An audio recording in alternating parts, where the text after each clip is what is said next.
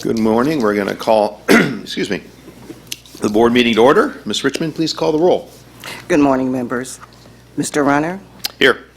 Ms. Ma, Mr. Horton, Here. Ms. Harkey, Here. Ms. Stowers. Here. Okay, a quorum is present. We're going to be led this morning in the pledge by Joanne Richmond, who's going to be retiring. Yes. And we'll talk about that in just a moment. But please stand as we have the pledge. Please stand. Please place your right hand over your heart. Let's begin. I pledge allegiance to the flag of the United States of America and to the republic for which it stands, one nation, under God, indivisible, with liberty and justice for all.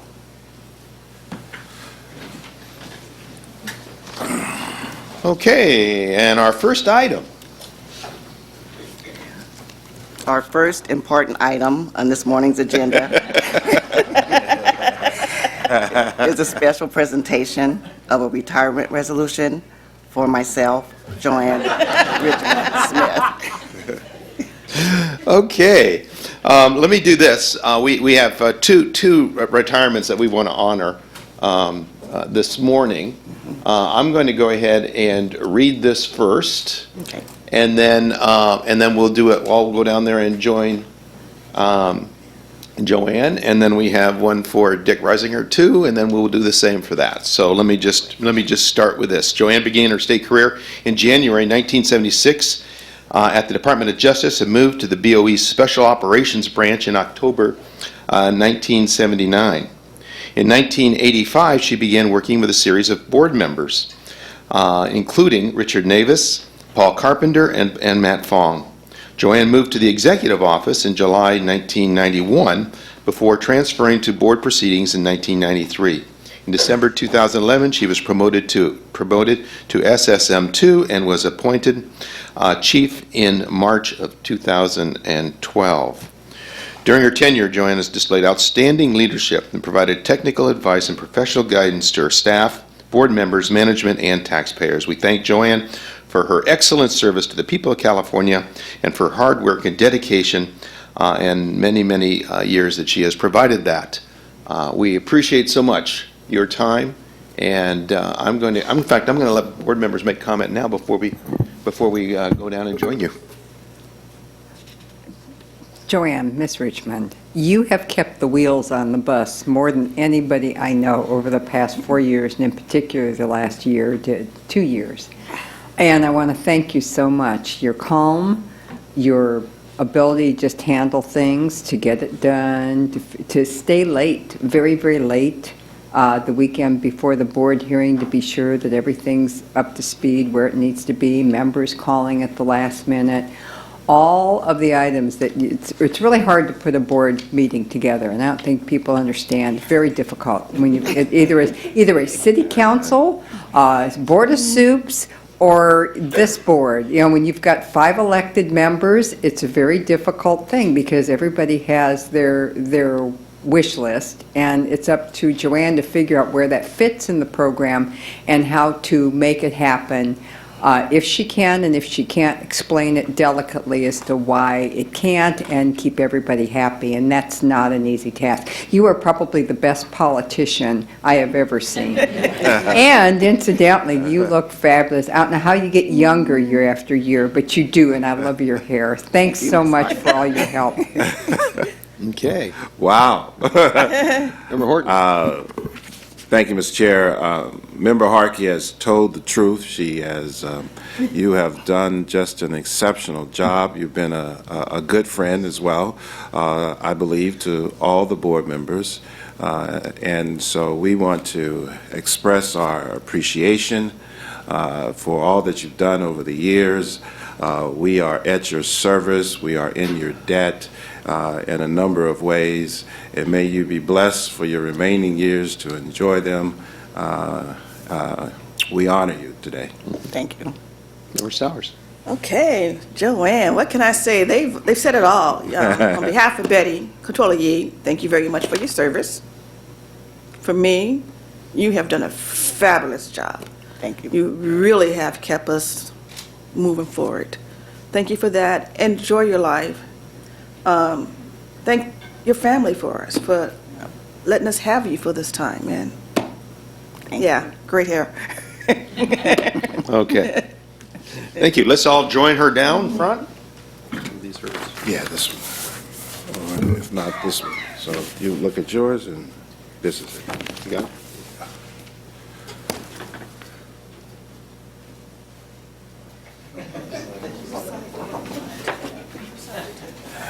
Girl, boy, girl, boy. I love the hair.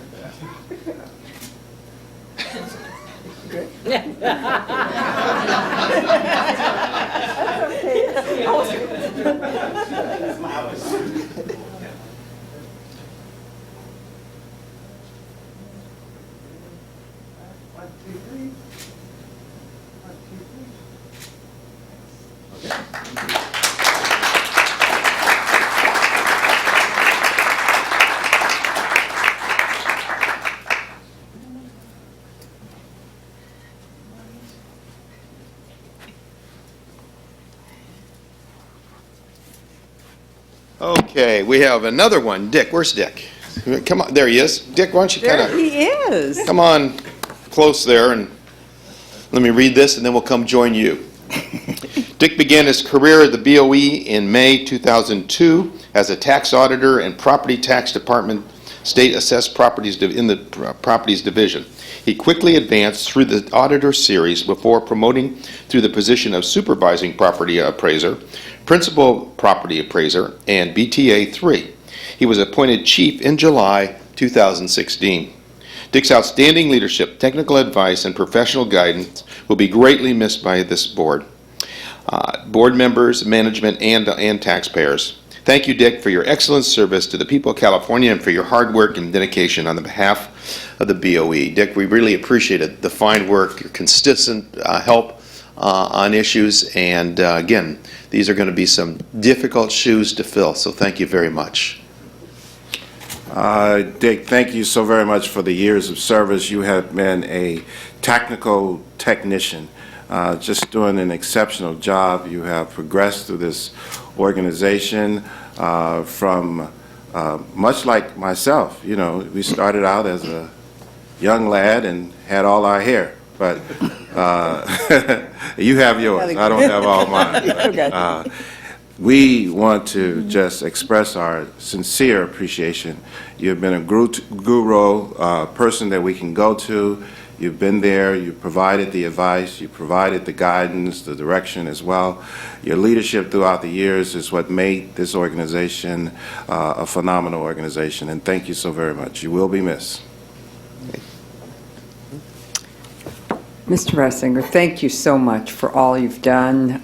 You will be very difficult to replace because of your expertise and your calmness. Once again, the key to great staff is the calm they keep in front of elected people. And I just can't tell you, how much we will miss you.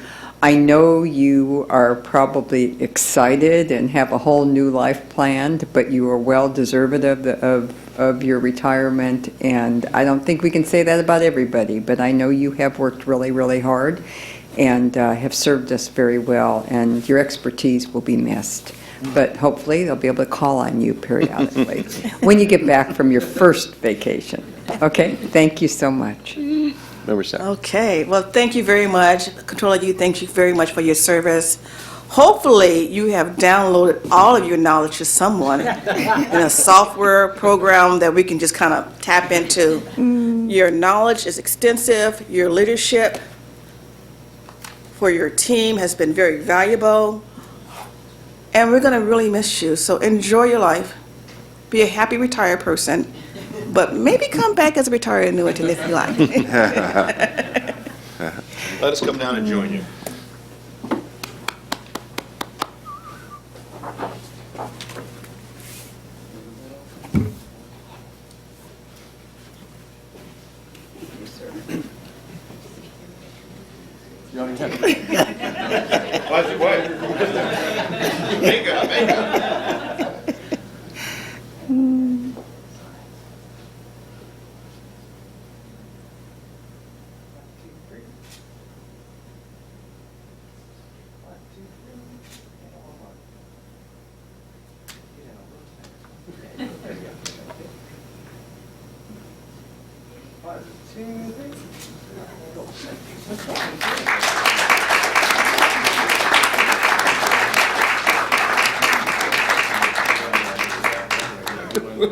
Yeah, right, good. Thank you.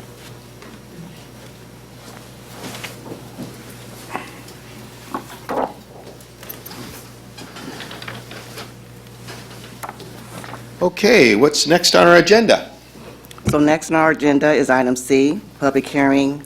Item C1, we have a petition to amend Property Tax Rules 302, the board's function and jurisdiction, 305, application, 305.1, exchange of information, 305.2, pre-hearing conference, and 323, postponement and continuances. And we do have public speakers for this item. Okay, I think Mr. Nanjo, are you up on front on this one? Let's see, and I have no cards up here. Oh, here we are. Okay. Okay, Mr. Nanjo, you go ahead and give a quick report as to where we are and what's... or not, or somebody else. So at this point, members, we have approved the regulations. They were sent into OAL. This is the time that's been designated for public comments. If memory serves me correctly, I believe we've received 5 letters, generally supportive. There was one from Ms. Marcy Berkman of Santa Clara, which had some concerns that she addressed. We've taken a look at that. Your staff, legal staff has. I'd like to introduce Richard Moon, Tax Counsel 4, who's been working on this. Generally speaking, we believe Ms. Berkman's comments can be addressed through probably notes in the Assessment Appeals Manual and other sources. We don't think that any changes to the regulations are necessary. Richard, do you have anything to add? Yeah, that's correct. She had requested 2 different changes, and as Mr. Nanjo had indicated, we believe we can address those sufficiently in the IP process that's going on right now. Okay, I'm going to actually start with Mr. McKibben, and you guys we'll just go right down the line, reintroduce yourself and comments.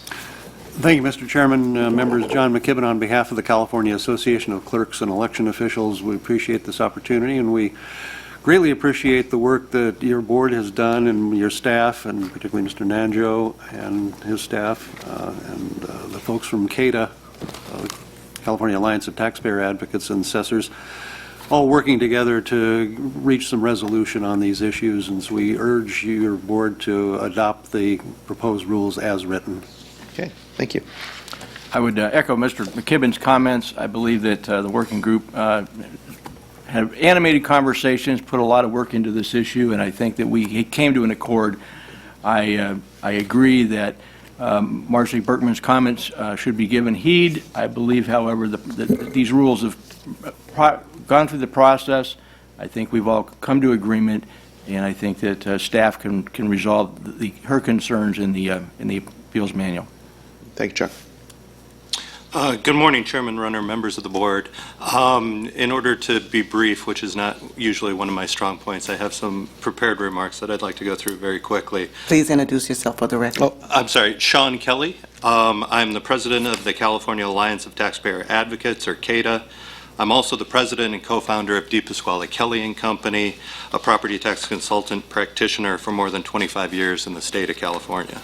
We want to take this opportunity to thank you for all your hard work on the regulatory changes that are before you today. We also wish to thank the representatives of the California Assessors Association, CAA, and California Associations of Clerks and Election Officials for their engagement and participation in the development of these regulatory changes. I'm here today to support these changes and to respectfully request that you vote to adopt the proposed amendments on the regulations. CATA was formed in 2011 as a nonprofit trade organization made up of tax consultants representing taxpayers before county assessors, county assessment appeals boards, and the BOE.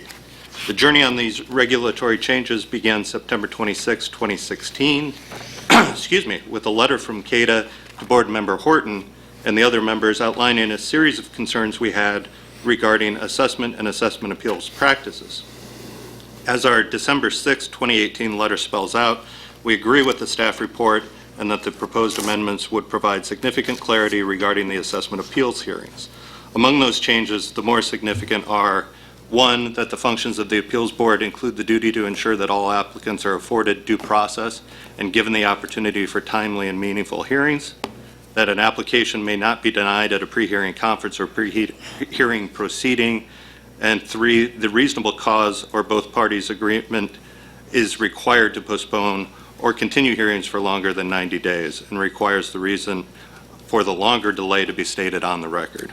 We also agree with staff that these clarifications are reasonably necessary for the efficient and fair operation of local assessment appeals hearings. After today's meeting, I will be flying back to Southern California to perform one of my last duties as the outgoing CATA president by opening our annual CATA conference. I'll be sure to report to our members on today's events and the significant work of all of those that I've referenced at this morning. Among others, the theme I'm most pleased to present will be that when reasonable parties come together in good faith, significant progress can be made resolving differences. In light of the above, we again respectfully request that the members of the board vote to adopt the proposed amendments to the regulations. Thank you. Thank you, Mr. Kelly. Mr. Bray? Mr. Chair, members of the board, Mark Apray, I'm only here to answer questions and to provide any assistance. Okay, very good. I just want to say I think the whole board appreciates the cooperative spirit. I know that, there were times when there was some deep disagreement, but I think everybody moved accordingly, decided what were the most important things to move forward with, and decided that it was important to kind of come to conclusions. So I, as a board member, appreciate that, and you work with the staff in that process. Other members? Member Horton. Thank you, Mr. Chair. Excuse me. Thank every individual and organization that have come together and worked together. What's most gratifying, I think, about this process is, despite the disagreements throughout the process, you established a system by which hopefully you will continue to operate within a public debate, public discussion process by which the concerns of all the parties are addressed not only from a legal perspective, but also from an implementation perspective, the ability to implement it, given the variety and the economy that exists within the assessors from county to county. So to the staff, thank you for establishing such a process, and we encourage that we continue in that vein as we deal with the issues of concern of the taxpayers. Kata, thank you for your efforts as well, and the assessors, as well as the county clerk and all of those involved. Thank you so very much. For Harkey. Well, I'd just like to echo those thoughts and thank you so much for working together. We got through what we could, and it was really nice to have that checklist where this is done, now we need to work on this. I thought that that was a great method of organizing a lot of issues and being sure that we were able to address them, and everybody had the opportunity to opine. And I want to thank the county assessors in particular. It's really hard to herd 58 together. I mean, that's tough. Everybody's publicly elected. It's a tough deal. So thank you so much for being able to move the ball forward as you did. And the clerks, thank you so much for your work. Kata, thank you for pursuing and persevering. And Henry and Mr. Nanjo, I should say, and Mr. Moon, thank you so much for all your work. And Mr. Kenny, thank you for ensuring that this got resolved and came to the board in a timely fashion.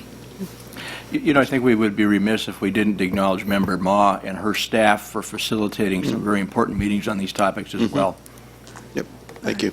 Chairman, Sowers. I think that's, thank you everyone for participating, and I think the assessor is correct that Member Ma facilitated meetings for that the assessors, the clerks, and Kata can come to an agreement on some of the proposed rule changes, and I'm very happy that we do have an agreement. But I must comment that although we have resolution, we did disrupt the process in having interested parties meetings. And I take exception to that, mainly because BOE staff was not at the table when those meetings took place.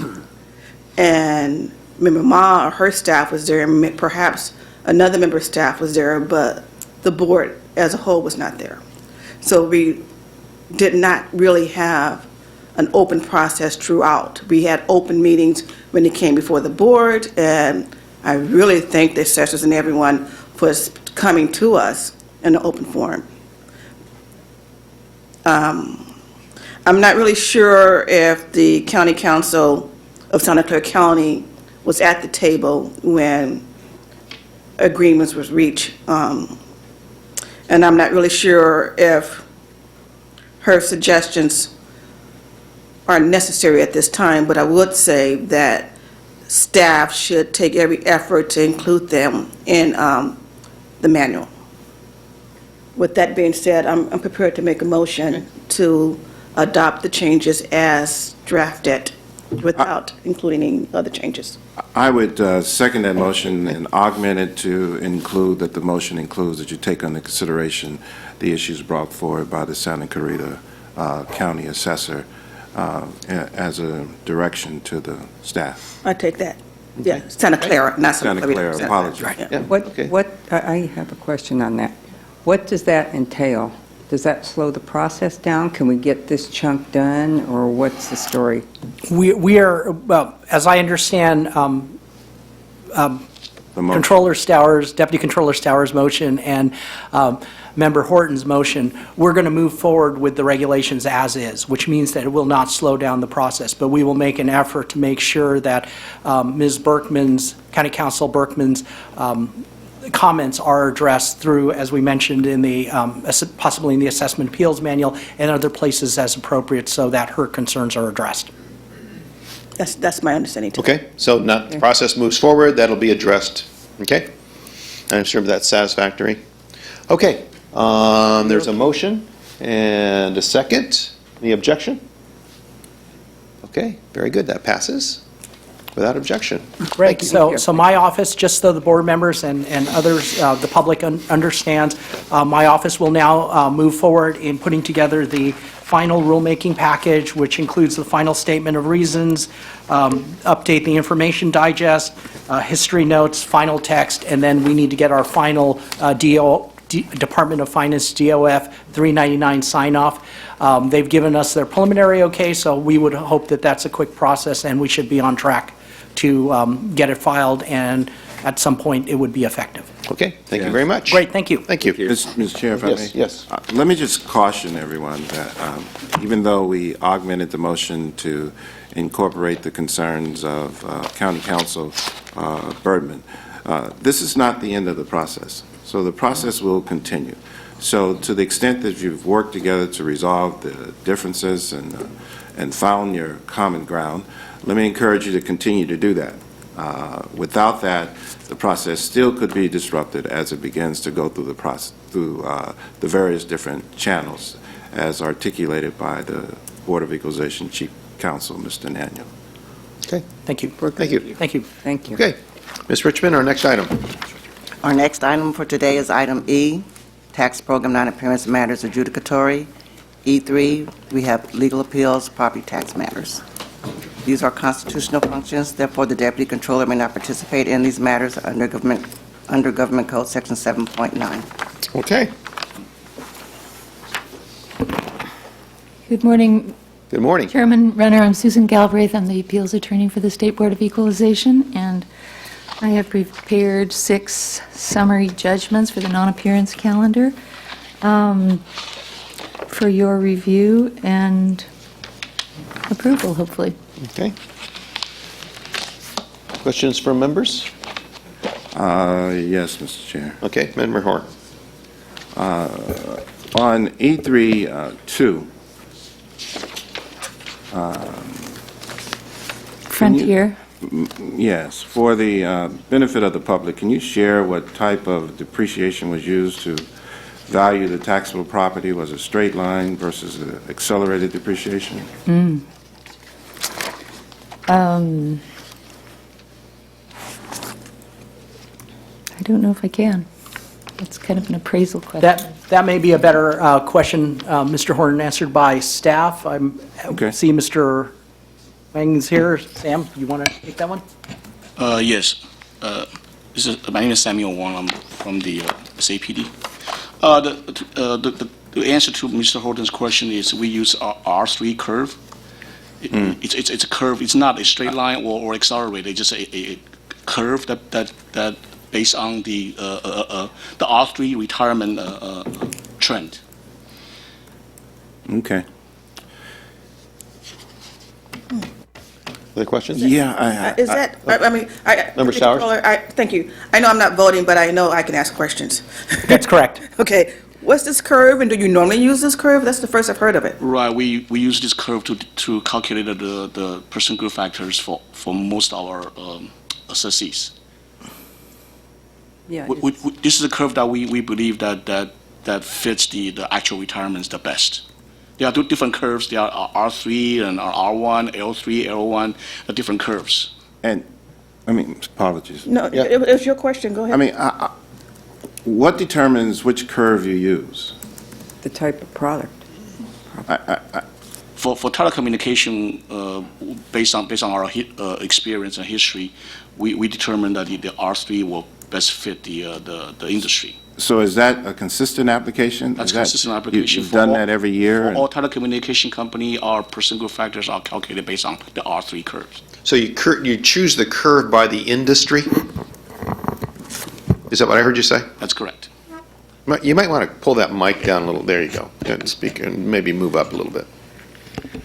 Okay, Member Horton? I got to say, members, I mean, I'm going to be supportive of this, but I just want to encourage the agency to take a look at its methodologies in assessing these values. There has to be a level of consistency in the process, reliability as well, and valuation that are based on industry.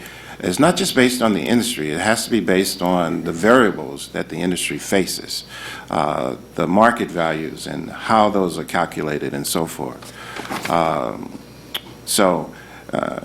It's somewhat concerning, but I understand we are where we are, and so to that extent, I don't want to impede the process, but I do want to encourage you to take a look at it. Did the department review the 2006 PPA for any overestimates or possible errors in the market value of the property? You mean 2016 PPA? 16, my apologies, yes. Right, we reviewed and analyzed the study, the PPA study, and that meets the requirement set by the financial standard. Did you find any possible errors in the market value of the property? No? No. We only review to make sure that the process meets the standard. Okay. Did you find any potential customer losses in this process Well, prior to 2016? well, the PPA is supposed to represent fair market value, so all the customer loss prior to 2016, the PPA date should have been reflected in the PPA. Okay. Move adoption of item Okay, E3, there's a motion. noting non-participation by Deputy Controller Stowers. Okay, is there a motion? Second. There's a second. Without objection, with Deputy Controller Stowers not participating. Okay, that passes. Thank you. Great, thank you. Thank you. Okay, our next item. Our next item is item F, other tax program non-appearance matters. Item F1, property tax matters. These are also constitutional functions, therefore the deputy controller may not participate in these matters under Government Code Section 7.9. Okay, thank you. Good morning, Good morning, Chairman Ronner and members. My name is Samuel Wong. I'm the manager from State Assessed Properties Division. Before you, for your consideration, are 5 unitary value adjustments. The first 3 are adjustments as a result of SAPD audits.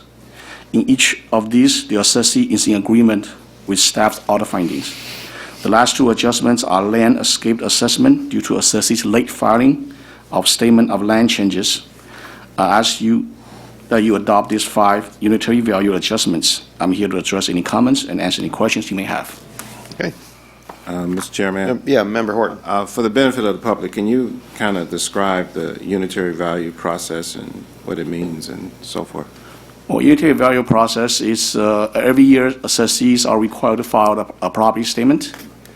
And based on the property statement that they file, we applied appropriate trend and percentile factors to historical costs. For the companies that we value based on cost approach, we use our trend and percentile factors to apply to the costs that they reported for each category assets. We have different trend and percentile factors for different types of properties.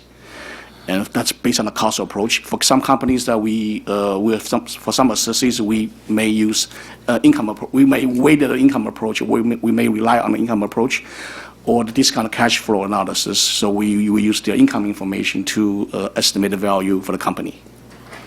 And then, under which circumstances do you mix approach cost and income?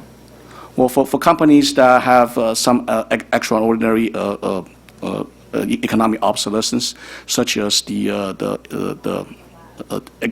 electric generation industry, we weighted the income approach. Also for rate-regulated companies, because there's always a regulatory lag between the time they put properties in service versus the time they are allowed to earn on the properties. So for those two industries, we typically we rely on the income approach. Any consideration given to the, to changes in the tax law?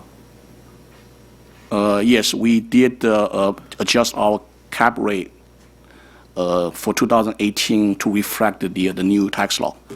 And in the area of obsolescence, as the whole world evolves, things are becoming more obsolete sooner than ever before.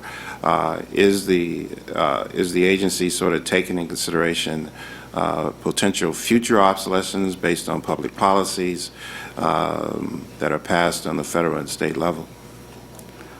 Well, if there's any law passed at state or federal level that we believe will have impact on our appraisal, we definitely will talk to the industry and find out specific impact for each industry, and then we make an appropriate adjustment.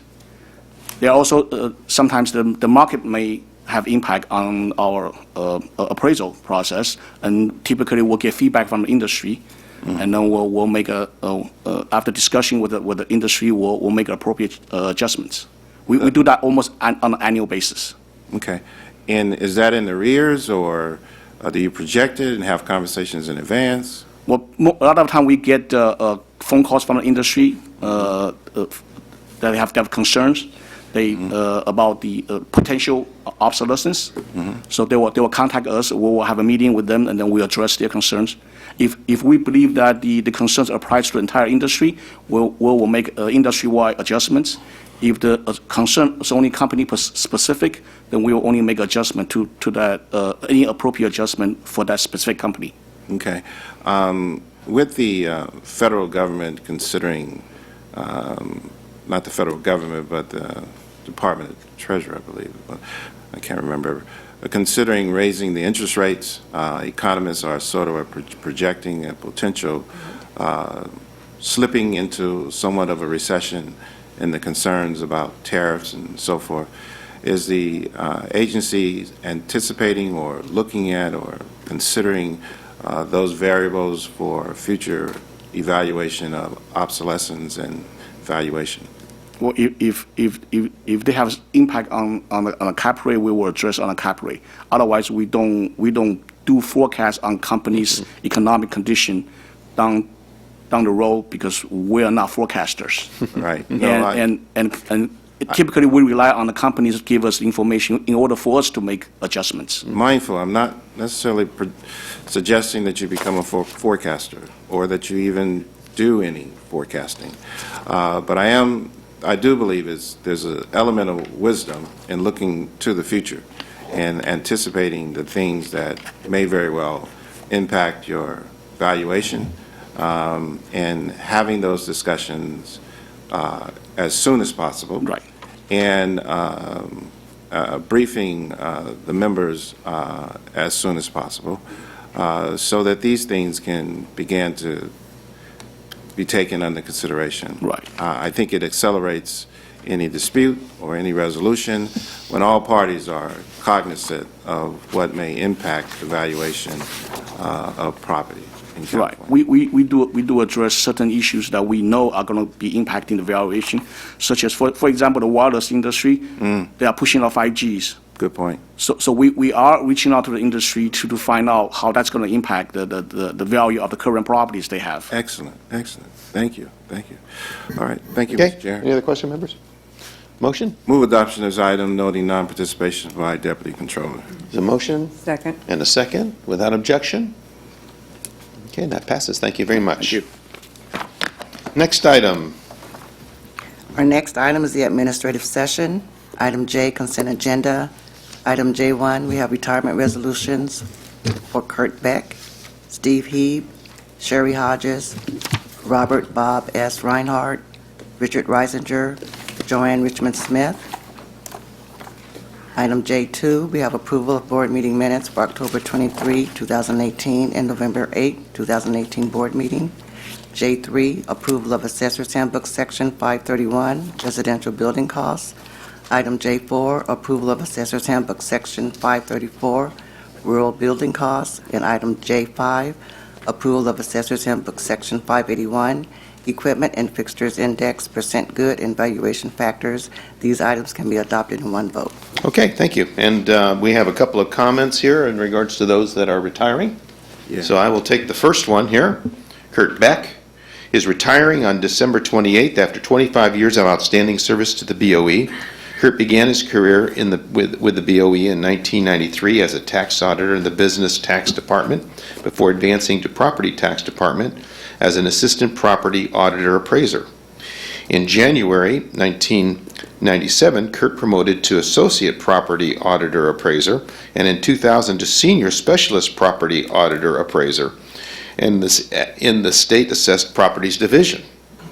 During his tenure, Kurt consistently demonstrated a high level of technical proficiency, professionalism, and has earned the respect and admiration of his co-workers and peers. We thank Kurt for his excellent service to the people of California and for his hard work and dedication on the behalf of the BOE.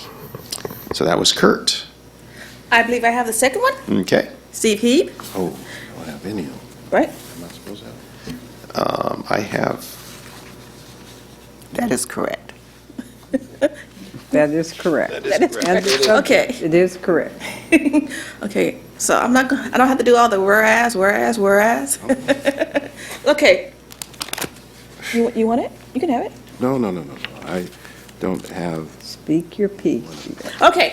yeah, go Steve. for it. Steve, Senior Specialist Property Auditor Appraiser for the Property Tax Department for the State Assessed Property Division, Excellent. will retire on December 28th, just after Christmas. Thank you very much for your service.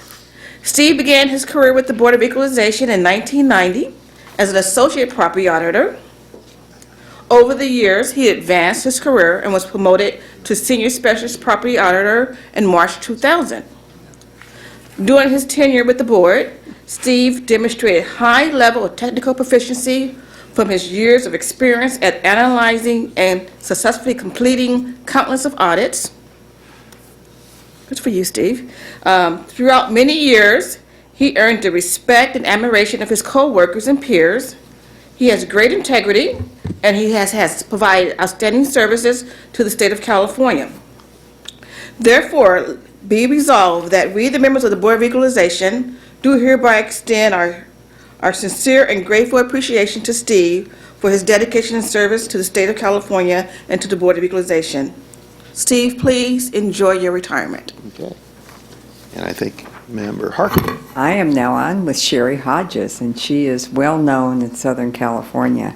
Sherry is Assistant Board Member of the Office of the Board of Equalization Member Diane Harkey, moi.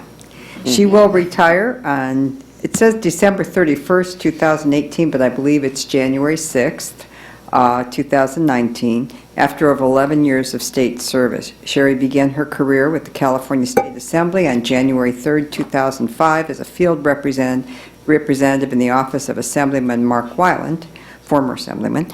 Sherry advanced to positions of increasing responsibility with appointment to the position of District Director in the office of then Assemblywoman Mimi Walters, and advancing to the position of District Director in the office of Senator Mimi Walters. And after ably serving Senator Walters, she advanced to the position of Chief of Staff for moi again in the State Assembly. After a distinguished 8-year career, Sherry left state service to continue her service to her community and was Director of Governmental Affairs for the Greater San Diego Association of Realtors. She returned to state service and was appointed to the position of Assistant to Board of Equalization Member Diane Harkey on December 15, 2017. So we have a double retiree here. It can be done. And members of the board do hereby extend to Sherry Hodges our sincere and grateful appreciation for her dedicated service to the State Board of Equalization, to the state of California, and congratulations on her well-earned retirement. Our best wishes to her and her family for continued success, happiness, good health in the years to come. Sherry is also the proud mother of 4 adult children, all doing extremely well. Many now, only one is living at home, back again after a return, and that's good because she loves to have him near. He was out of state for a long time.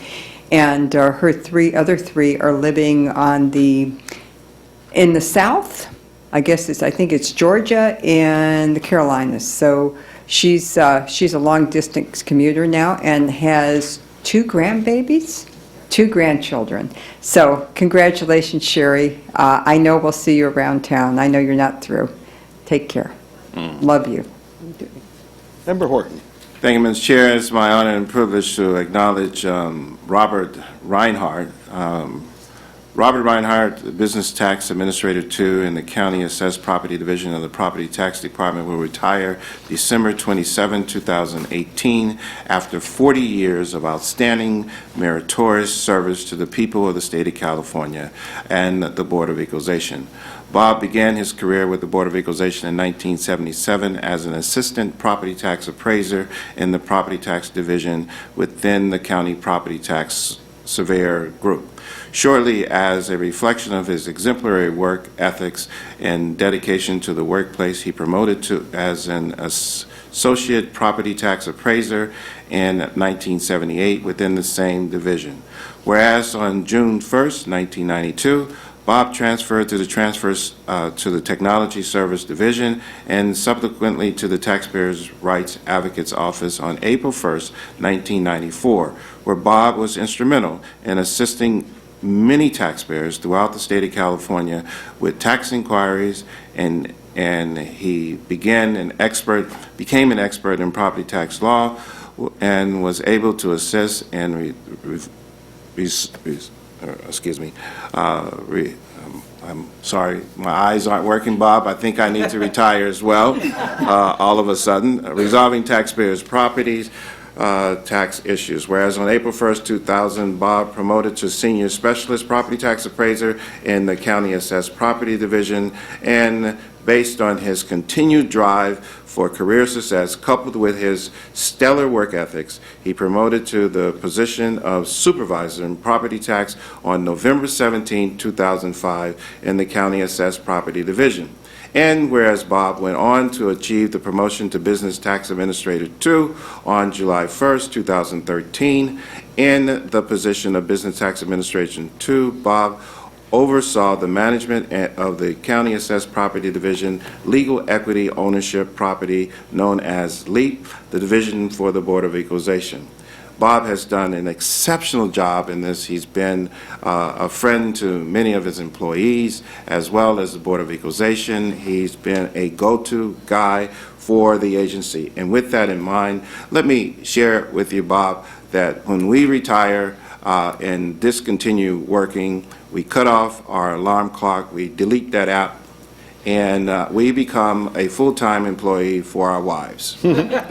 So with that, enjoy your retirement, enjoy your family, embrace every moment of your life. Thank you so very much. Okay. I could have held that farther away for you if you wanted to. Yeah. That'd have been better. He just needs my secret bifocal contacts. They're great. Okay. It's actually the Bell's palsy. Causes them to start. Okay, is there a motion on the consent calendar? So moved. Well, hold up. Move, Oops, hold on. move, Okay. Hold up. The portion of it that we want to pull off? Is there something to pull off? You want to talk about the handbooks? No, I just want to, with your permission, Mr. Chair. Yes, Member Horton. Item J3, J4, J5, I think I know the answer to this, but, so I don't know that staff needs to come up. Just a nod will do. In this process, all of the interested parties were participated in this process, not? Okay.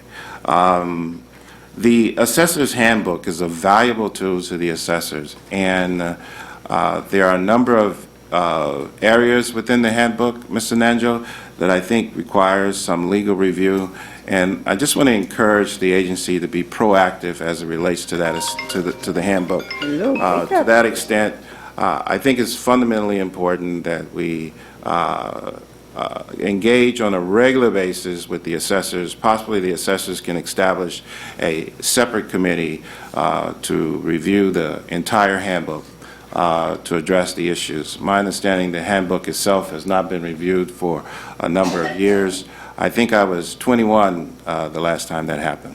That was just 5 years ago. Just kidding, some time ago. So my encouragement is that we do a comprehensive review of that handbook with the guidance of all of the interested parties and be proactive on Sounds that like a measure. good With plan. that, members, I move adoption of item, J2, J3, oh, strike that. Well, actually, we have a motion to adopt the whole consent calendar. I made a motion to adopt the entire consent calendar. Is that- Okay, I would second. Okay, there's a second, okay. Without objection? Okay, what's the next item, please? Our next item is item K, other administrative matters. Item K3, property tax deputy director's report. K31 is the approval of the aircraft representative period. Members, I'd like to move that we put over K31 within the appropriate timeline in order to allow the new members to kind of take a look at it. The other issue is that I just have not had the pleasure of engaging with this, and the matters have not been necessarily coming forth to the board, discussed in the public and the entity with the board. So there are, as much as I took the time to kind of review all of these issues, and a number of assessors have sort of expressed concerns, and they seem to have different views. So in the interest of the collaborative effort that we've developed and working with the CADA under the leadership of such people as Mark Prayer and others, let me encourage that we, over the next few weeks, that the agency and the various assessors and kind of take a look at this. I am somewhat inclined. I do believe that the current continuing the current valuation is not reflective of the actual value. And quite frankly, statistically, I don't know if October versus November, December, January, February, March. I've not seen any statistical analysis of the various different options. There are a number of methodologies that are used in Texas as well as in New York that has been sort of described. I am supportive of the 365 days and believe that as we move forward with that the legislative efforts should be parallel and presented to the members concurrently for support of that, because if in fact the agreement on the legislative side is not there, we can end up with kicking the can down the road even further. So my motion, members, that we put this over to the next appropriate time for the members to consider. There's a motion. I'll second that, but let's discuss what Okay. happens. Actually, can we, maybe a quick staff, just an update on staff, or give a quick review here, and then we'll come back to the motion? Yes, sir. My name is David Young. I'm chief of the County Assessed Properties Division. When we last met, I gave the board an update in September. We asked for industry and assessors asked for a 60-day extension to explore options. They have met multiple times during that period. They have reported back to the staff on November 7th in an interested parties meeting. In that meeting, they reported that while they have come to an agreement in chief that 365 is perhaps the most accurate way to determine the presence of a certificate aircraft in California, that the methodology embedded in statute and our rules make it very, very cumbersome. So they are committed to following, to further exploring options to streamline that process and to propose a legislative fix for that. That they have made significant grounds on and have come to at least an agreement in chief. The other part that was not, that we did not get concurrence on was what to designate as a representative period for this upcoming 2019. Once again, the options on the table are the traditional week in January. The other alternative that was forwarded out there was by county assessors. They have studies that show that a October week would be a little bit more representative. we also have our board's analysis of a jet fuel study that we shared with the board in 2017 that also produced a week in October as the most representative. Okay, okay. We do have some speakers on this item. Chuck Leinhardt, I think is. I have a question. We're in the Okay. middle of a motion to postpone this, so I don't think we can have people speak before the motion is actually like voted on. But Well, I guess we what better I- remove the motion then, because Well, actually. no, the speak- I have a question. Okay. We made a motion in a second, so I could ask Yeah, questions. on the motion, huh? Yeah, if this is put off, what takes place? Mr. Nandel? Mr. Daniel, Mr. Kenny, that was my question too, can we put it off? Because it's my understanding that the board has we to can. decide by January 20th, so what's the statute, what's the rules? There, Go ahead. okay, there is a statute that says that the board should designate that period, the representative period by, I believe it's January 15th. 15th. Correct. However, this board has had the history, as I looked back, of doing a couple of things. One is the board in the past has had your executive director or staff designate the period, and the period wasn't necessarily decided by the board. More recently, the period has been decided by the board. I believe in one or two occasions, that period was extended pursuant to another rule that we have, which allows rules for extensions of a brief period of time. So we have extended those for 30 days. So So that's what's the kind of- statute and what's the rule that you're referring to? The rule is 1051. Right. And the statute, is that, The statute is 202. I need to have statutes and rules and not just best Sorry about practices. that. Yes. That's what I need to clarify, yeah. Let me just ask a parliamentary question here, because we do have a motion, we're discussing a motion, it's been made and seconded, but I do have members of the public who have asked to speak. Yes. So, After rebuttal. so how do we end up letting them speak to the issue if indeed we have a motion before us? You can table the motion and let the public speak on it, and then untable the motion after the speakers have spoken, Yeah, because otherwise they won't have a chance to speak to the issue. before you vote it. Okay, I think that would be appropriate. So the actual appropriate motion is there a motion table, or can they just withdraw? Or they can withdraw as well, and just remake the motion. That'd probably be I think easier. you can table the motion until after. Can the Yeah. chair table the motion, or does it have to be a vote? It has to be a vote. Okay, can I just well, ask for a withdrawal, and then we can have the public speak, and we come back to it? That would be easier. Yeah. Let me just say for the I'm record- happy to withdraw my second. Okay, after- so now we have a motion since without a since we're second? discussing it. Yeah. So now we have a motion without a second, so that allows us to go ahead and invite the public to come. Well, members, let me just say again, I'm not really in a position to discuss this. So I'm going to leave it up to the members now that the motion has been withdrawn and excuse myself, and I'll come back. Okay. to this. Okay. We'll listen from afar. Okay.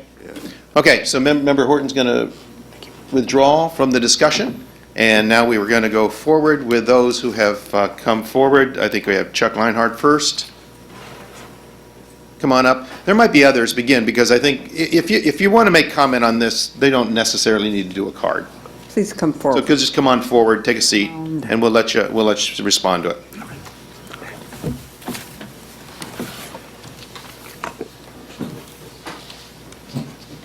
Okay, we'll start with assessors, Okay. representing the assessors. Thank you, board members, honorable chair.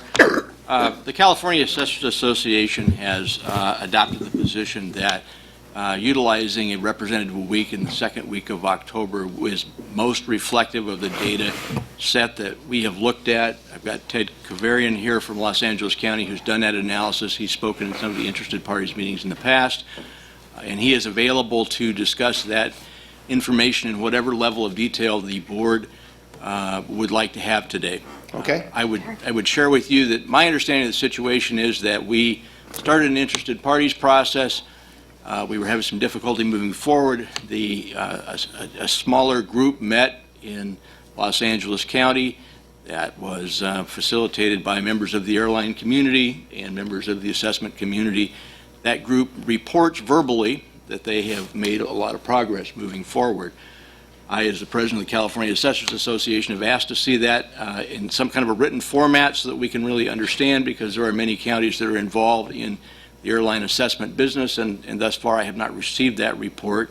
I've also encouraged that group that I believe if we're going to get something done by 2020, we need to have a timeline. We need to have some dates where we're going to have deliverables so that we can get the legislation that's necessary to do this, get the rule making done that's necessary to interact with this. And so I'm not convinced at this point that we have made as much. I mean, we've talked about a lot of progress, but I haven't seen anything or any firm deadlines as to how we're going to get this accomplished. And at least from my corner of the world, it seems to me that that's how we accomplish long-term goals, is to set short-term goals. So I think the association's position is based on our study. Again, we're asking for October, which we believe is the most representative period given the current regulatory structure that we have. Okay, thank you. Ted Cotaverdian, Los Angeles County Assessor's Office. I'm a supervising appraiser in the commercial airline section.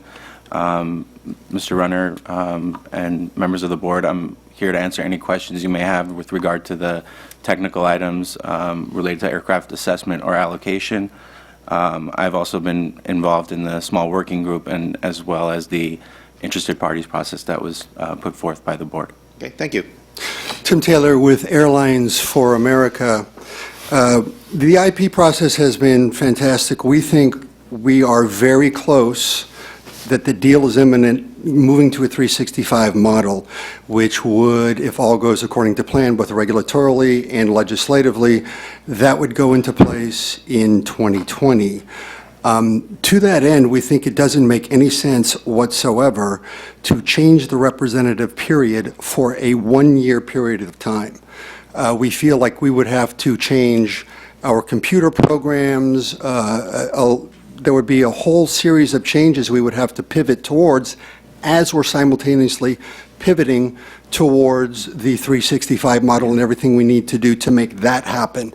I think that in the past, nobody really thought that the 365 model would ever really materialize, and the deal is imminent and it is going to happen, and we would like to see the board today reaffirm the January representative period for the 2019 year per the staff recommendation. Thank you. Thank you. With all due respect to the... Well, hey, let these other folks speak, please.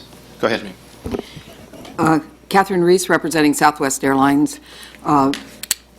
Just to reiterate, we've had a very long history on this subject. We have never come close to a dialogue where we found common ground. And that's happened. It's happening. It's ongoing. To distract from the massive changeover to 365 by imposing a change on the representative week to October for 2019 is a distraction, a waste of massive resources, a reconfiguration that makes no sense whatsoever for probably negligible, if any, result from, I presume that the hope is to capture more taxes, but from our perspective, we really doubt that's going to be the outcome. And so for a whole host of reasons, including there's been no demonstration that 2018 in October is a preferable week for any valid reason that we've been able to discern, it seems like just a massive heave for no good outcome other than a bunch of busy work, which detracts from what the real goal is, which is to completely revamp the entire system so that it is appropriate and reflective of the fair market value of aircraft. Okay, thank you. I think what we'll do is we'll let, if members want to ask, we'll keep you guys all there. If members want to come back and ask some specific question, that's fine, but I can't have you guys debating back and forth there. Let me just say, I tend to believe that the idea of trying to throw in a new date in October tends to be a little strange, if indeed there's serious conversation going on about 365. The fact is, if it doesn't, then there will be a new date, if that doesn't develop. So, but I'm of the belief that it seems odd to go ahead and change it for 1 year. But let me go ahead and see what other members are at least asking. And I guess there's a primary question too. If we don't act, what happens? If we don't act, does the ED then would the ED decide? and then what are the parameters that the ED has in order to make that decision? So that's would be kind of a follow-up question I have. That's a question. Member Wow. I know, when I reflect back, this time last year, we talked about the 365, and the October date was also on the table. At that time, staff was recommending an October date, and that was their first motion with moving forward with potential law changes to go with the 365 and to have the IP process. We did have the IP meetings. It was open to the public. I did attend those meetings, and the focus at that time was really on the 365. And it was clear, based on the evidence that was provided, that a 365 will require a law change, and the parties have worked together on coming up with some potential law changes. And it was also clear in my mind that if there wasn't a law change, that it would result in an excessive compliance burden to the airline industry, which was not acceptable. What I did not hear any conversation in the IP process with respect to the October date. At the last IP meeting, there was discussion that the small group would meet offline and talk about the October date and present evidence on why changing that date would be a burden to them if we were moving forward to the 365. I have not seen any evidence on what that burden would be.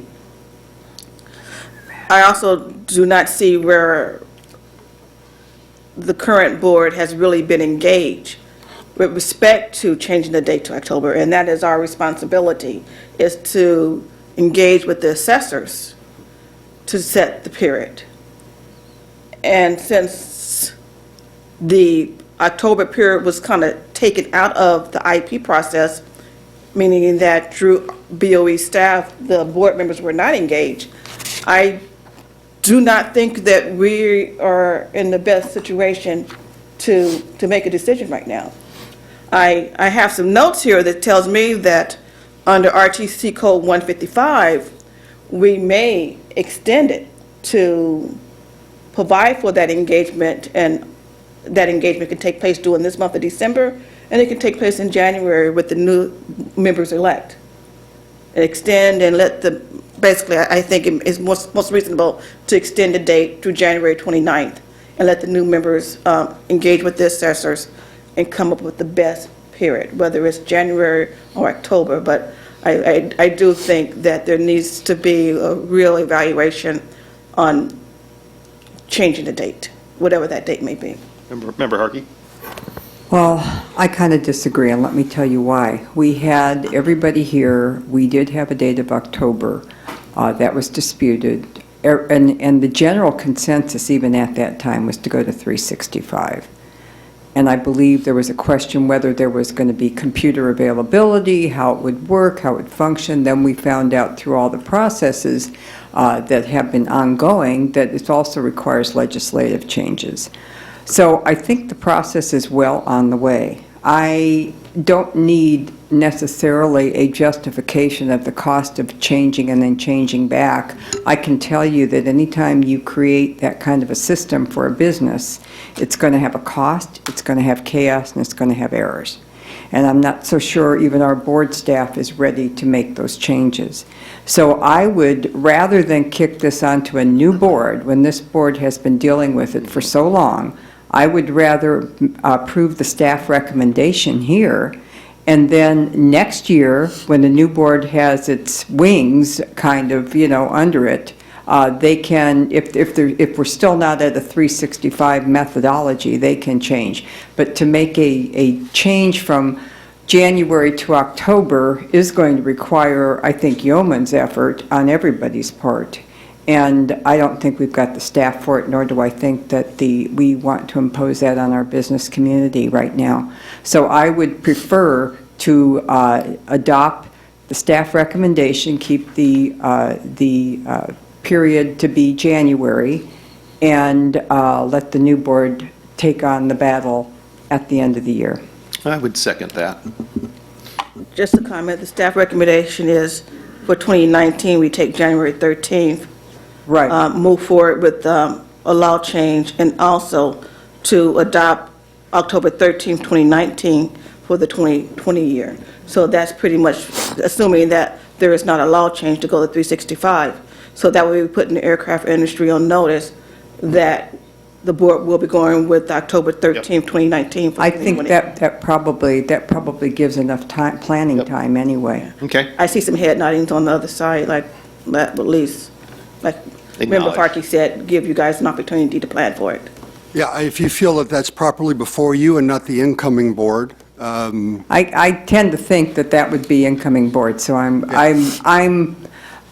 of the opinion, I'm sorry, I kind of erred in saying staff recommendation. Staff recommendation was very large, but I would like to accept the period, the one period that we have The right motion- now. Motion is to accept the January, what is it, 13th for 2019, Correct. and then to schedule a hearing for the new board for the 2020 year. Okay. Okay. Me- And I'll second that. Members, I I would thought have... you were, you're back. Yeah. You recused, and now you're back. Yeah, you're back. Are you officially back to vote? Yes. Okay. But only because maybe I wasn't clear with my motion earlier. Members, this is why I think the new members ought to take a look at this and make this decision. One is that over this period of time, I believe that there needs to be a concurrence on the language, on both the legislative language as well as the rulemaking process. I believe that the matters that are before us have not been properly vetted relative to the October decision, and I believe that there is time to do that. We are meeting with the assessors tomorrow. There's an opportunity to kind of vet those issues. There's opportunity to vet the issues relative to the impact on the industry. This is a methodology. This is not a reprogramming.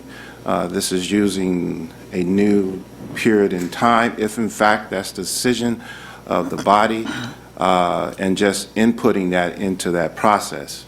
I don't know, as I said earlier, what the end result of that would be, of using that methodology, whether it's a larger assessment, lower assessment. That's not a motivation on my part. It is to make sure that we get it right, and that the spirit of cooperation and working together concurrent that we've had in the past with this CADA issue, that is exercised.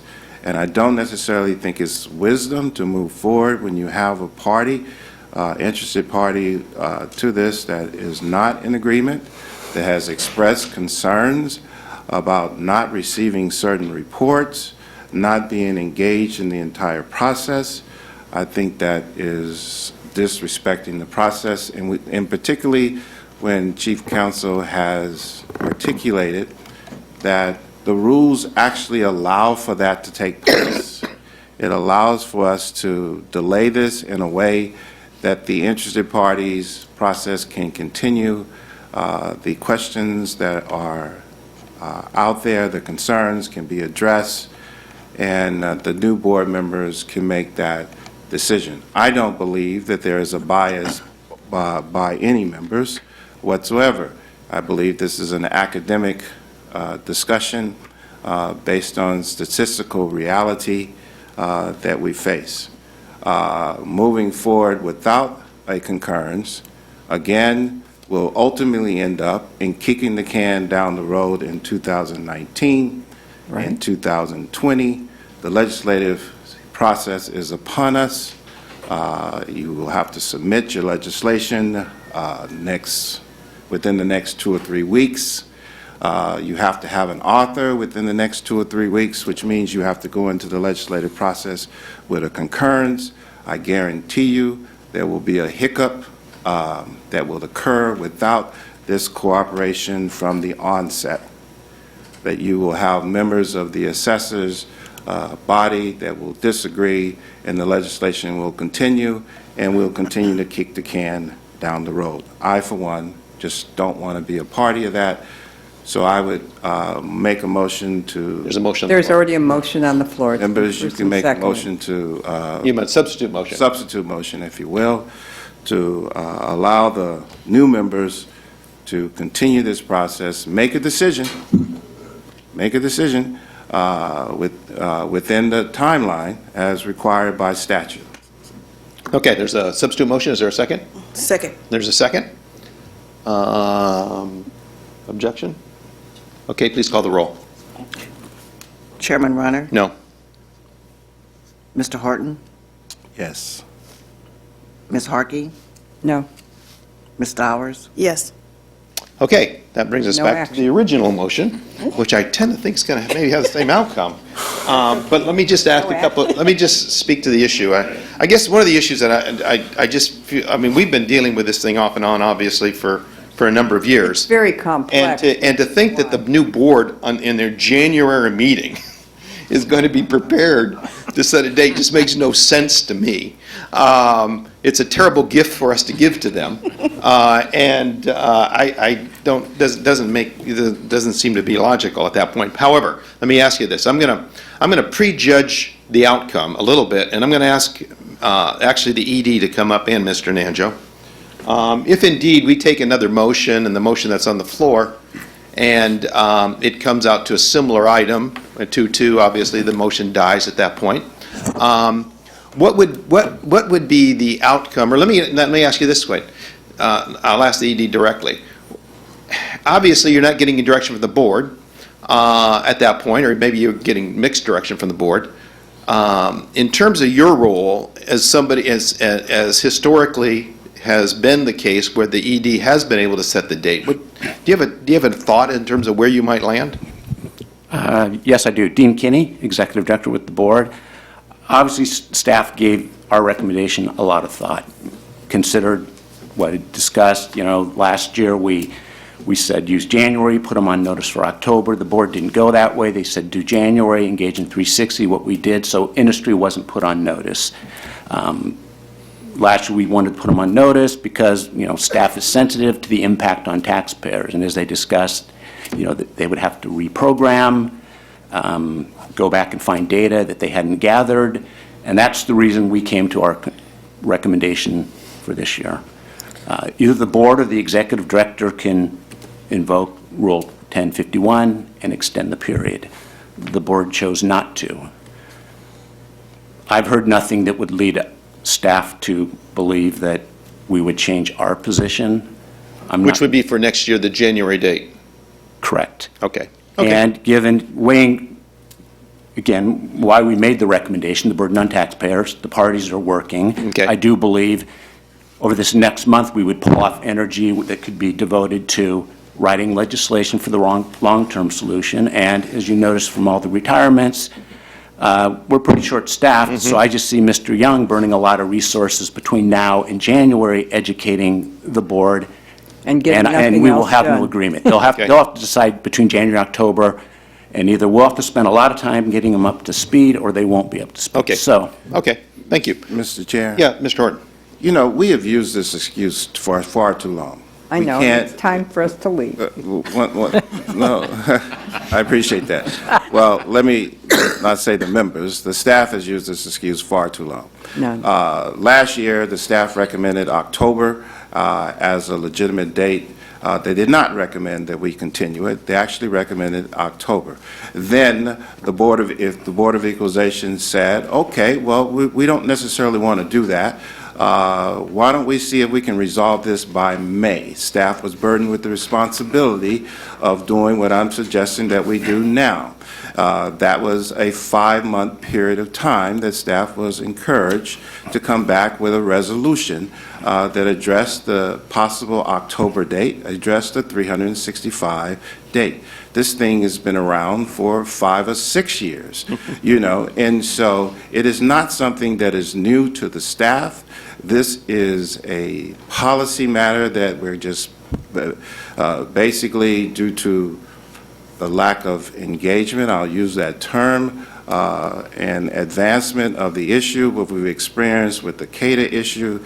It was CADA who actually put the issue on the table, sort of forced staff hand, basically to do their job. And so that hasn't occurred in this case.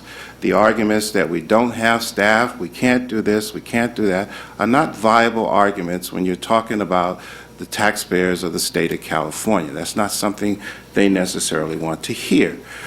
It was not brought forward to this board in May. It was not brought forward to this board in June. The issues were not resolved, and as I hear the representative of the assessors, they're not resolved now. Now, to the presumption that the elected members that are elected individually by 9 million voters are not prepared to do their job is a misnomer. If I recall, when I was elected to this board, my first election, my first sitting on this board, had somewhere around 78 different cases, had public hearings, had retirements, and so forth. And you know what we did? We rolled up our sleeves and we got the job done. The other issue here is that this is a matter of staff doing their job. This is not a matter of the members processing the issues. I believe they're capable of doing it. I've had the fortune to meet all of them. They've been in the legislative process for a number of years. They can get this done if staff simply does their work. If, in fact, the work isn't done, what we'll find is we will be before ourselves again.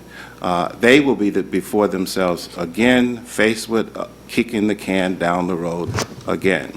I've been in the legislative process as a legislator, and I understand if you don't come to the table in agreement, you don't leave the table in agreement in a matter of this magnitude.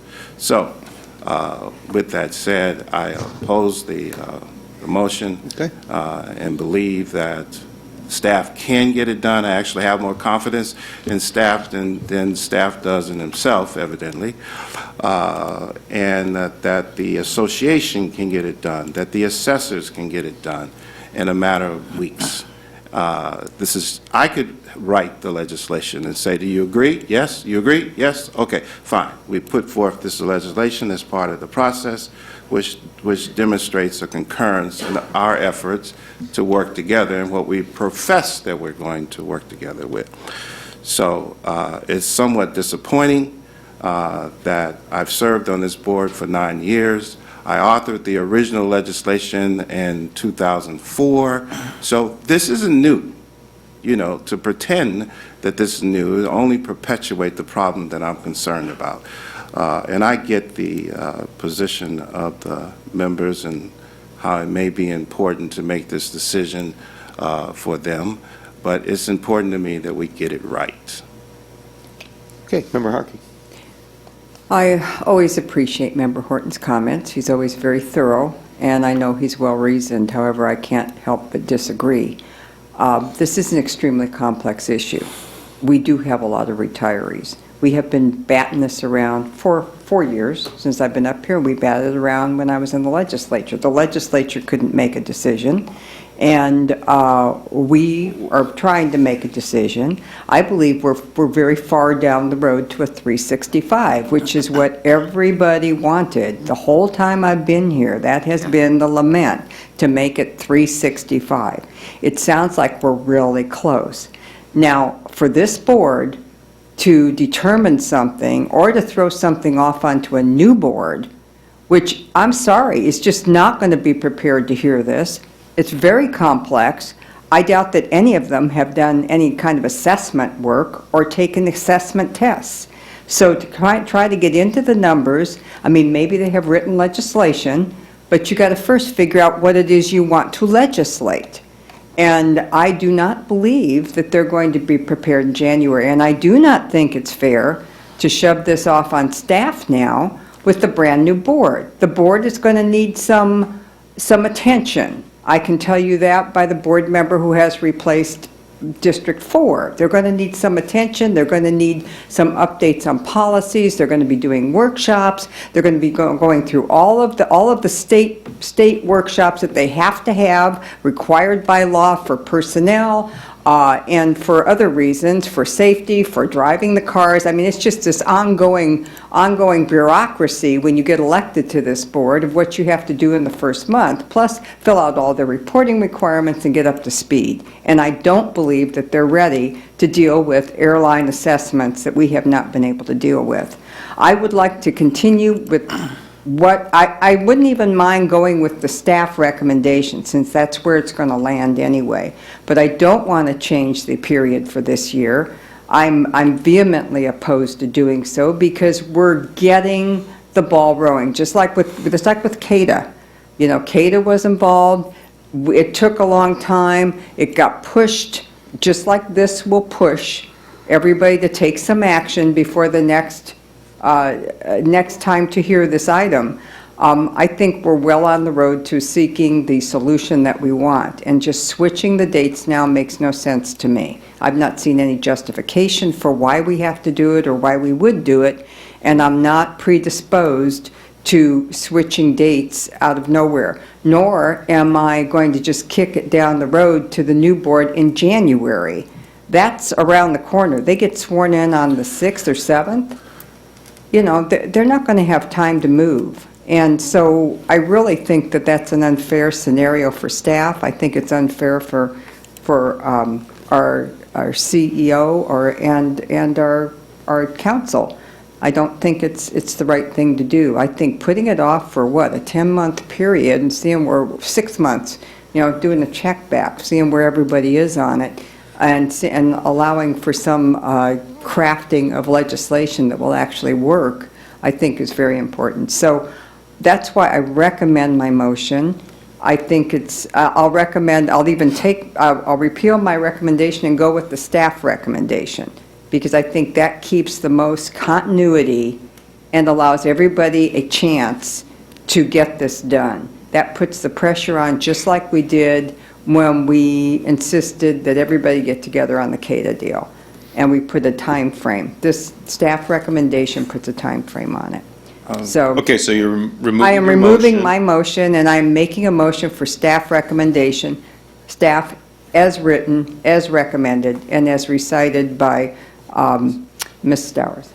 Okay, I will go ahead and remove my second and second that to the staff recommendation. Okay, Mr. Horton. Mr. Chair, question of any one of the staff members that may be able to answer the question. Are there any workshops planned for the new member? I'm sorry. Are there any workshops planned for the new member? There's a lot of training planned for the new members, which is going to take a lot of resources, yes. And this training, can I see, can you present to me a copy of this training manual and the plans for this training? The manual is still being developed. It's the new board member binder, which is very similar to what the members have had, except it's been updated. Actually, the other training that they're going to be undergoing is I think the binder that you received was called the Legal Administration Training. That's put on by the legal department, and we are in the process of updating and putting that together, and we anticipate that to occur in the first 2 weeks of January. But the answer would be, if a sitting member now wanted to see what was going to be presented for training, it would certainly be available to them. Absolutely. Okay. I'm just telling you, it's not quite done yet. Yep. Okay. And how long will it take you to provide We that have a training draft to the tomorrow. member? Do you anticipate the members going away to a class or something, or is this like a 2-hour presentation? The legal training, I can only speak as to the legal training. I'm not sure, Mr. Kinney may be able to describe the rest of the training, but the legal training, we're anticipating a full day with each of the board members and full day. officers. And the rest of the training, Mr. Kinney? Ms. Fleming and I will be meeting. We've extended invitations to the board members. The board member-elect already will be meeting with them, initial one, and there'll be more going forward. There'll be presentations going forward of Mr. Young, his operation, Mr. Reisinger, or his replacement's operation, and those will go on for, those will probably be half a day. You indicated half a day? Okay. And so you've tomorrow there'll be indicated that county you have assessors. extended an invitation to the members. Has any of them accepted that invitation? I don't No? I don't think we've pinned down a day, but no, they said they were interested, yes. Yeah, it's a little, Member Horton, it's a little premature because technically we really don't want to have too many formal communications with them until they've been certified. And my understanding is the certification has not occurred yet. Is that correct? It's December 14th. So December 14th. And given the rules that we follow as far as Bagley King, do you anticipate these discussions occurring in the public? No, these are going No. to be with the individual offices one-on-one, so. Okay, so you will have no discussion about the issues that the members are going to be discussed their first hearing? That's correct. Do you anticipate that the first hearing to be basically no subject matter whatsoever, given their newness, they just got there, and the complexity of the issues that we Just face? like our meetings. That'll be the chair's call. Yeah, it would be up to the chair at that Okay. point, what they Which is a put on their whole nother- agenda. And is there, who is the chair at this point? They get to vote. $1,000,000 question. Yeah, okay. They vote for that. Okay. So, Okay, come on. How we doing? Let's get to This the, is, we know what the vote this is. This is what I'm saying. Okay. This is what I'm saying. Yeah. This is that, you know, as much as I may want to categorize myself as being unique, I've learned over the years that I am not unique. And that when I sat on the board, my first day of the hearing, I had property tax rules that were extremely complicated and complex to deal with. I had sales tax, I had timber tax, I had insurance issue, a major insurance issue. And you know what I did not have? I didn't have this presumed months of training that everyone is, a consumption of time. Once the members are certified, in fact, I actually believe that the agency could have engaged all of the members prior to certification, and you just can't exclude the ones who might lose or might not be certified, but you could have had that discussion, and in the past, those discussions have been made. The manuals have been set forth and delivered to the member's office. It would not be December 12th that we're talking about assembling a manual. It would have been assembled in May of the previous year and ready and available to the members. There are some pressing issues that the members, in their wisdom, I believe, have to begin to deal with immediately. They have their budget issues that they have to deal with. They have the recent proposed legislation to eliminate the board altogether that they have to deal with. So if you think that these members are not going to be dealing with complex issues, I suggest that you rethink that, and that this issue is something new to the members. When I authored the legislation, Member Fiona Ma authored the legislation. Maybe you ought to acquaint yourself with the members that you are dealing with. You know, former city council members, former supervisor that's dealt with property tax matter, a chief lawyer that has dealt with these types of property tax evaluation, has actually adjudicated these types of property tax evaluation. You've got a legislator that has been involved in these property tax assessments from a legislator perspective. And then you've got the stellar Ms. Stowart, who will continue to be here, who is very conscious of it. You don't have a board that's coming here, fortunately, that cannot at least work on developing some consensus, some collaborative, wholehearted consensus on legislation, on rules, and as well as this matter. And at the end of the day, if they can't, then guess what happens? Mr. Kinney will have the privilege of doing his job. And whatever he decides, which I would fundamentally caution him to be wise in that decision, giving the perception from my perspective of an intentional delay, whether that delay is due to the lack of staffing or any other matter. So I'm a no vote, and I object to this. Okay. Any other discussion? Okay, please call the roll. Chairman Runner, Aye. Mr. Horton, No. Ms. Harkey, Aye. Ms. Stowers, No. Okay, so we are, Mr. Kinney? Ball's in going your to court. rely then on the staff to make their decision on that issue, since this board cannot. Okay, next item. Thank you. And Mr. Chair, if I may, let me also encourage staff that not to preempt the new board. And let me encourage you, Member Horton, please don't lecture staff. I've been sitting here listening to you, and I love you dearly, but Well, I think the lecture is probably not necessary at this point. This is our last meeting, we are Well, all leaving, and I'd like us all to leave on a good note. I believe we have a lot of retirements, and I don't want to set the stage. One of the issues that you did bring up was the ACA to eliminate the board entirely, which at this point, quite honestly, I would support. I think that there's very little, or at least be sure that the board doesn't meet more than quarterly, because there's just not that much on the agenda. And these items will be brought forward and totally researched by staff and presented in staff reports with recommendations like we have, and that's how it's supposed to operate, not each member going off on their own. So, anyway, I think we've had a good, because this was all new, because the board was chopped in half, because we were left with half staff, because we were trying to fill positions, at least, I should say, staff trying to fill positions after the breakup of the board into the baby board. I think that they've done yeoman's work, and I really don't want to continue to tell them how to operate, because they're going to operate long after we're gone today. Okay, let's go, I think we're in the middle of this report right now. I think Mr. Young is in the well, midst of Mr. his... Chair, I've respectfully listened to my colleague. Okay. And did not interrupt on purpose, because I think that's the way the board should function. I also appreciate her love, her leadership, and everything else. But my job isn't done until January 6th of this year, and I intend to do it. So to that extent, let me just encourage, out of the sense of protecting this agency, is let me ensure that there is collaboration and discussion with the new members. Encourage that. You certainly have the authority to handle this any way that you want, but let me certainly encourage that that happens, as well as the assessors and the taxpayer, the airline industry working together as well.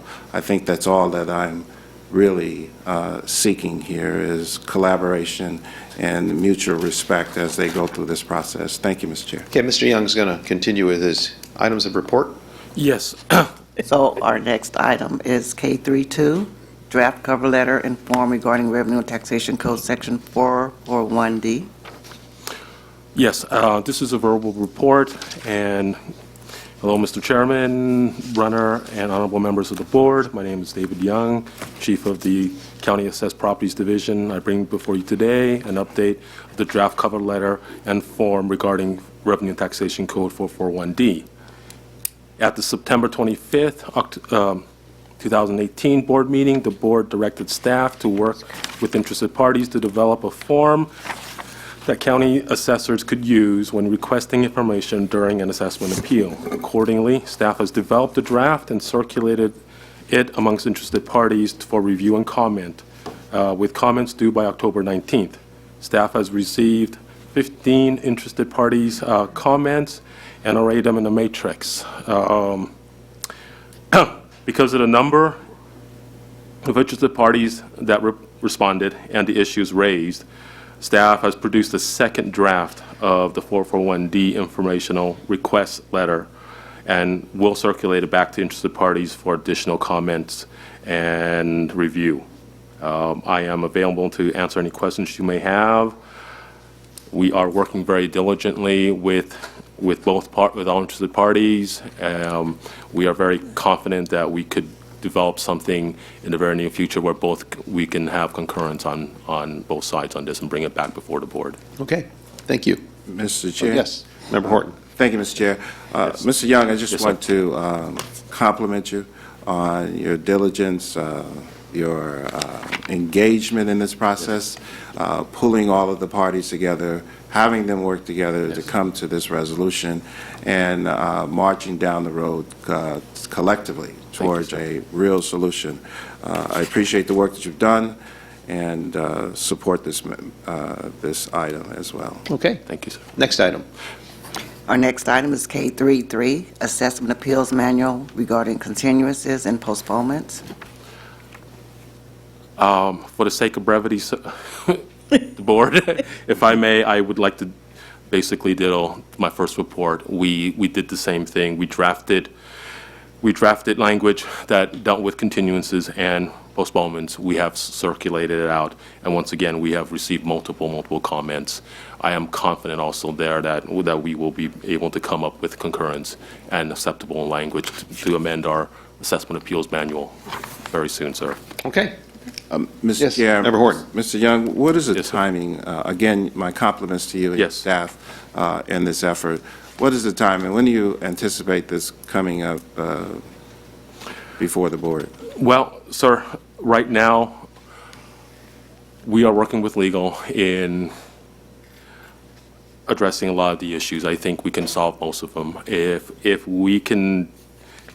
there are anything that are left unresolved, our plan is to have an interested parties meeting probably in the last week of January and bring it before the board in the following month.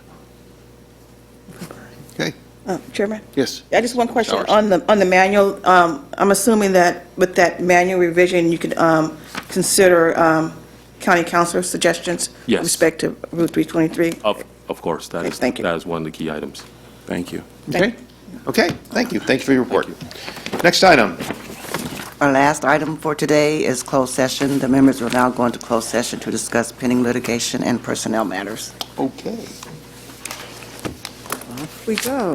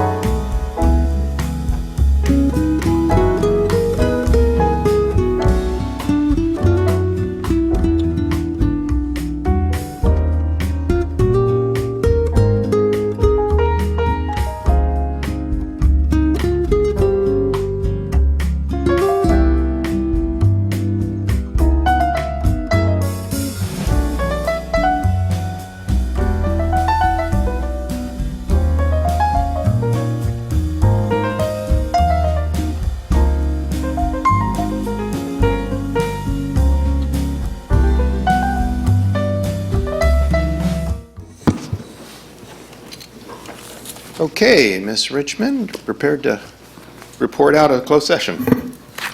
The members met in closed session and discussed pending litigation and personnel matters. And the board does have an announcement. The board would like to announce that Executive Director Dean Kenny has announced his retirement at the end of this year, effective December 31st.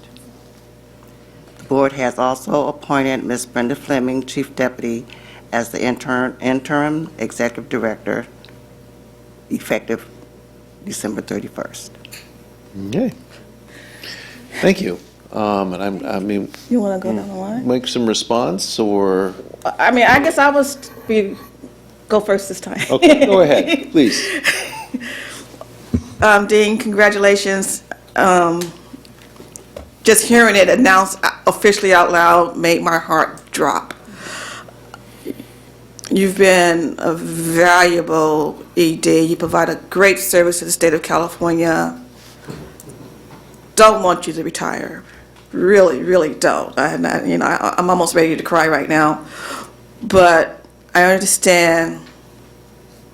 Man, congratulations. That's all I can say. Ms. Fleming, congratulations to you as well. Mr. Kenny, congratulations on your retirement, man.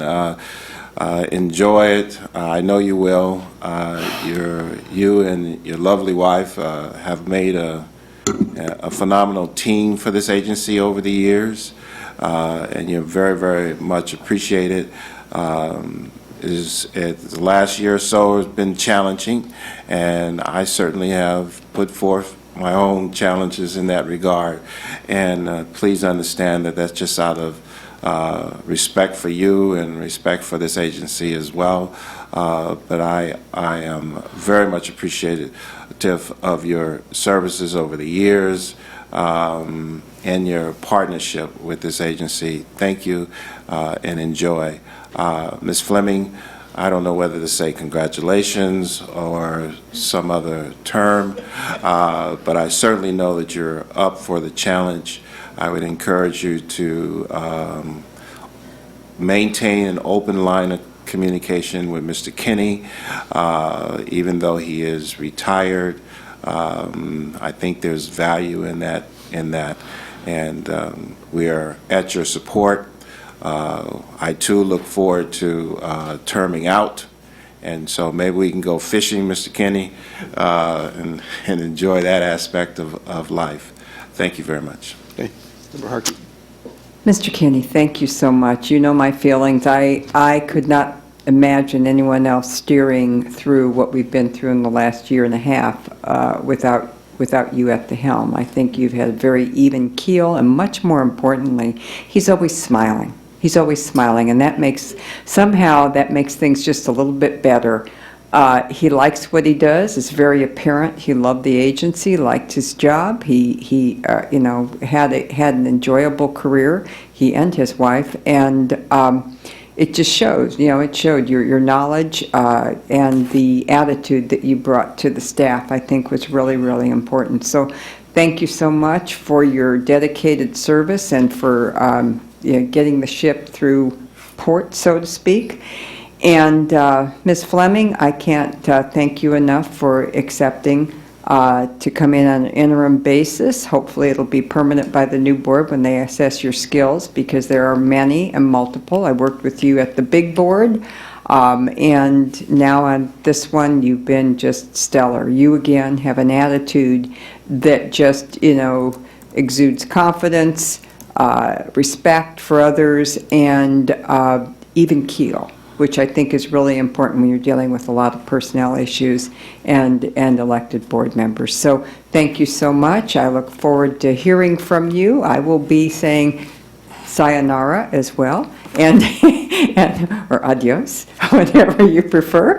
And no, I look forward to hearing from you in the new year. Dean, thank you for stepping in. It's been a challenging time and transition. It was much appreciated that you were willing to step in that process. I think we all knew that this was a transitional issue for you, and we're glad that you chose to fill the gap for the time that you have, and wish you great excitement then in your retirement. Brenda, thank you. I think we certainly are all impressed and appreciate your abilities, your skills, and I, for one, am confident that you will be able to step in the role and perform a job well done. Thank you. And with that, we will be adjourned. Well, let me, before we Sorry. adjourn, members, I just want to, before we adjourn, I want to thank all the members, both current and past, for their leadership, and those who will be continuing. Ms. Stallworth, thank you so very much to Member Runner for his leadership as our chair over. You're not here tomorrow? Last We're doing this year. tomorrow, too. Won't be here tomorrow. Oh, okay. Who has done just a fabulous job. And Member Harkey, we want to express our appreciation for your leadership and for your dedication to the people of the state of California over the years. I also want to thank the staff of the Board of Equalization, staff of CTA, CDTFA, and OTA. These individuals who are not involved in the public policy, not involved in the decisions that are made, they are the fundamental foundation of this organization. This is an exceptional organization. All of the previous Board of Equalization and so forth received every award that's ever been given to a tax agency for the exceptional work that they've done over the years. We've accelerated settlements. We changed the culture of the organization from a taxing agency to a more of a tax compliance agency, where the taxpayers become the important part of the process of the work that we do as an organization.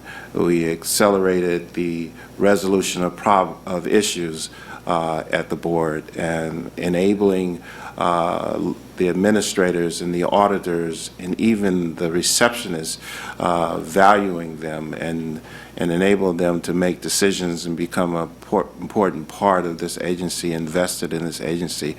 I think one of the things that I will miss the most is the Christmas parties that we had, and those lousy cookies that they used to give out.